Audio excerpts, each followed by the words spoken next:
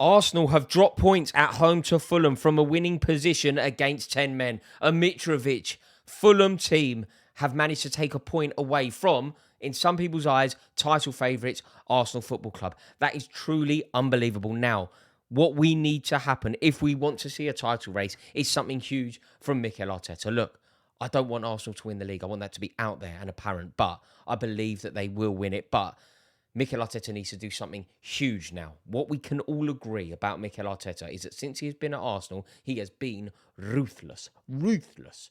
Whatever he has done with his heart, and he has never hidden. He is a brave man who makes huge decisions. That is there for all to see. There are so many examples of this. For example, the obvious one, Aubameyang. Depending on your perception here, Aubameyang would have got Arsenal into the Champions League. Mikel Arteta sacrificed Champions League football, sacrificed positioning in the table, sacrificed goals and creativity that Aubameyang would so definitely have delivered in order to secure his team harmony and also secure the furtherance of Arsenal. For the long-term project, getting Aubameyang out the team was seen as a positive move.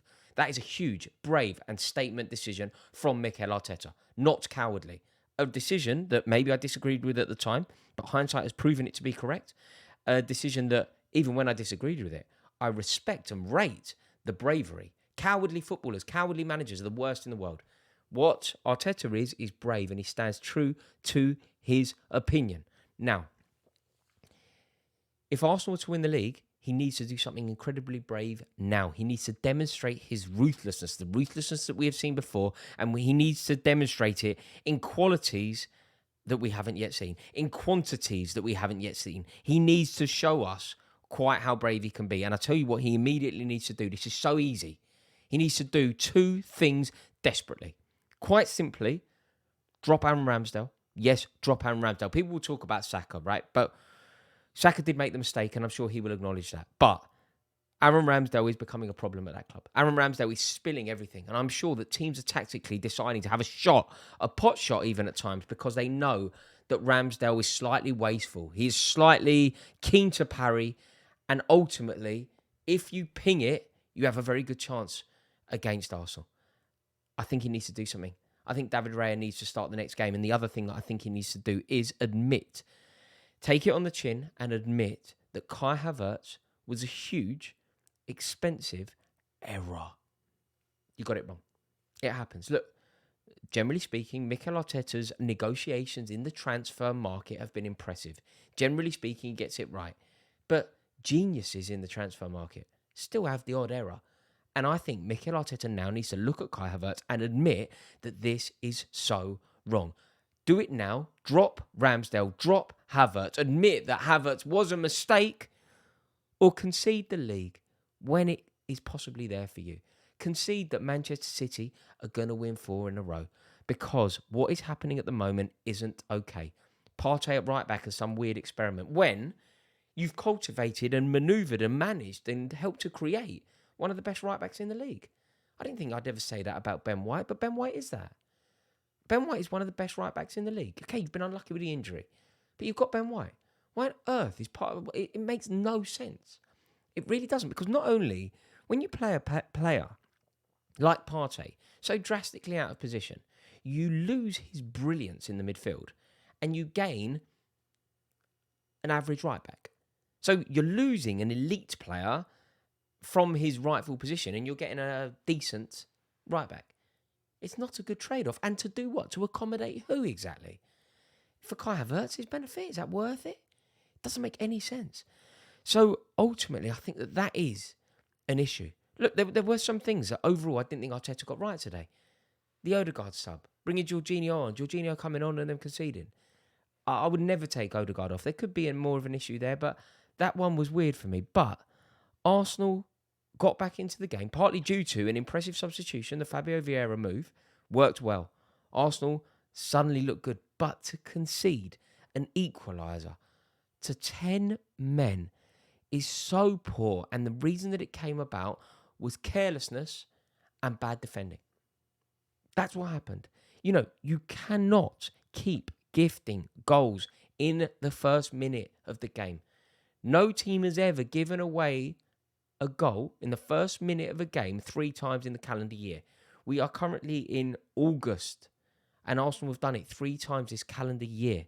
Something is not okay. And it needs to change. Look, Arsenal looked so much better when Nketiah... By the way, that's something else I want to talk about. Eddie Nketiah. Eddie Nketiah, we constantly discuss him, and I believe that I'm probably guilty of this as well. We constantly discuss him, and perhaps we don't give him the respect that he deserves. We constantly say that Arsenal cannot proceed with Eddie Nketiah being the other guy. If Gabriel Jesus is the answer and Eddie Nketiah is the backup, we say that that's not good enough. I'm very close to amending my opinions on this because the performances from Eddie Nketiah, the goal tally from Eddie Nketiah, deserves so much more respect that maybe I give it. So I am ready to change my opinions on that. You know, there was talk about maybe Vlahovic needs to be signed or Ivan Toney needs to be signed. Look, you can always improve your team. And I think Ivan Toney is a fantastic player who would improve Arsenal. But they don't need another forward. Eddie Nketiah can definitely be the answer. He scores all the time, plays really well, changed the game. And let's face it, when Eddie Nketiah came on, when Fabio Vieira came on, when Zinchenko it was as well, actually, in fair play. When Zinchenko came on, Arsenal looked so much better. So now, what's going on? Arteta needs to be brave. Gabriel obviously needs to start. That's a fact. Gabriel needs to start. I would say Zinchenko needs to start. Kai Havertz needs to be dropped. That is non-negotiable now. Kai Havertz needs to be dropped, and so does Aaron Ramsdale. There is no two ways about this. Arsenal are really struggling. Nottingham Forest, Crystal Palace, and Fulham. Okay, there's 2 victories in there and a draw.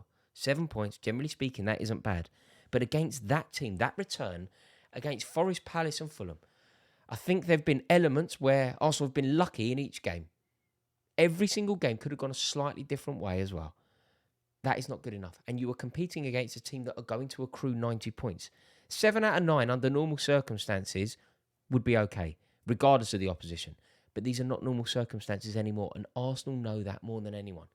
Arsenal had a brilliant season last year, accrued a huge tally of points, and did not win the league. If there is anyone out there who knows that this form is not acceptable, it has to be Mikel Arteta. Something has to give. And what needs to happen is bravery. There needs to be some huge amounts of bravery because, generally speaking, for Arsenal today, it was a messy affair. It was a sad day. You could see Arteta at the end. A chastening afternoon for Arteta. For Fulham, look, it's a very good point. You know, a really plucky point, a point that they would have accrued and not expected to. But it's a wild, storm-racked afternoon in North London. Arsenal were in a winning position and ultimately have ended the game with a point. And the level that Arsenal compete on against Manchester City, points are insignificant. The days of a good point don't exist anymore. It's about victories. It's about making sure that you win the games that you are capable of winning and are in a position to win. And the fact that they didn't do that, it's just not acceptable. So certain things really do need to change. We're going to have to see how this develops. But by the time Arsenal line up, and I think they've got Manchester United next, haven't they? It's United their next game. When they play Manchester United, I expect to see Kai Havertz out of the team. I expect to see Aaron Ramsdale out of the team. I expect to see Zinchenko start, Gabriel start, Nketiah start, maybe even Fabio Vieira, because something is not going well enough for Arsenal. And before they know it, competing against this juggernaut that is Manchester City, their league pursuit could be over before it's begun. Not good enough from Arsenal today, but I do believe they possess the qualities to get it right. They just need to demonstrate that immediately. Thank you so much for watching. As always, please let me know your thoughts in the comments below. I look forward to reading them. See you in a bit. Ta-da.